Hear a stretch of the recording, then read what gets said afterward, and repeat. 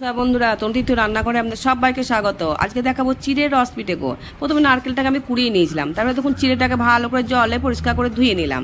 তারপর ধুয়ে নিয়ে ঢাকা দিয়ে রেখে দিলাম একটু ভিজুক। আর এদিকে ননস্টিক কড়াই কিছুটা দুধ নিয়েছিলাম, গরুর দুধ নিয়েছিলাম কিন্তু আপু। তা তেজপাতায় দিলাম, নারকেল কড়া দিলাম, মাখা সন্দেশ ছিল দিলাম, গুঁড়ো দুধ দিয়ে দিলাম, দিয়ে চিনি দিই না, প্রচুর পরিমাণে চিনি আছে ওই মাখা সন্দেশে। নিয়ে এটা মিষ্টিটা তৈরি করে নিলাম। এই দেখুন পাত্রে আবার জল দিলাম, এই 2 বাটি চিনি দিয়ে রেস্টটাকে আমি করে দিলাম, রস করে নিলাম রস। তারপরে দেখুন চিড়েটা দেখি কত সুন্দর ভিজে গেছে, এত ফুটে জল ছিল না, এটা মাখিয়ে নিলাম। আর আগে 2 বাটি আটা দিয়ে মেখে রেখে দিয়েছিলাম, আরও কিছুটা আটা দিলাম, দিয়ে মেখে নিলাম ভালো করে, যেমন করে রুটি আটা করে সেরকম মেখে নেবেন। এবার রইগুলো কেটে কেটে নিয়ে এরকমভাবে চারিদিকটা গর্ত করে নিয়ে ওর মধ্যে পুরটাকে দিয়ে কোনোটা সিঙ্গারা কোনোটা সিম যেমন খুশি আপনারা করুন, সবগুলোকে একসঙ্গে আমরা করে নেন। এই দেখুন সবগুলো করে নিলাম। এবার কড়াইয়ে সাদা তেল গরম করে ভাজা শুরু করুন, হালকা আঁচে লাল লাল করে ভেজে দেখুন, সবগুলোকে ভেজে একবারে তুলে নেবেন।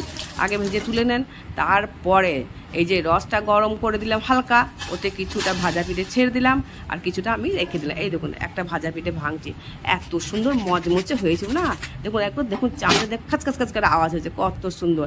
আর বাপু আমি থাকতে পারছি না, এবার খাবো আমি, এবার চায়ের সাথে ভাজা পিঠে খাবো আর রস পিঠেটা রাতে খাবো। ভালো লাগলে সাবস্ক্রাইব